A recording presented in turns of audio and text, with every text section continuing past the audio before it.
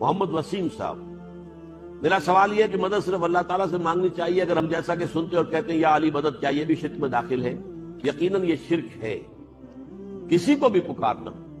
اور یہ اللہ کا شکر ہے کہ اگرچہ ہمارے ہاں جو بریلوی مکتب فکر ہے وہ یا محمد کہنے کو تو صحیح سمجھتے ہیں اور لکھتے بھی ہیں مسجدوں میں، لیکن یا محمد مدد کبھی نہیں کہتے۔ یہ اللہ کا شکر ہے۔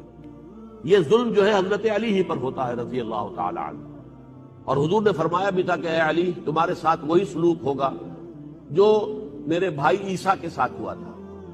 کچھ لوگوں نے ان کی محبت میں غلو کیا، انہیں خدا کا بیٹا بنا دیا۔ یہودیوں نے ان کی عداوت میں انتہا کی اور کہا کہ وہ تو جو ہے ولد الزنا ہے، اور یہ ہے اور وہ ہے، اور کافر ہے، مرتد ہے، اور اس سے سولی پر چڑھائے جانے کے قابل۔ اس طرح حضرت علی کو کچھ لوگوں نے خدا بنا دیا۔ ہر چند خدا کی ذات نہیں ہے علی کی ذات، لیکن نہیں ہے ذات خدا سے جدا علی۔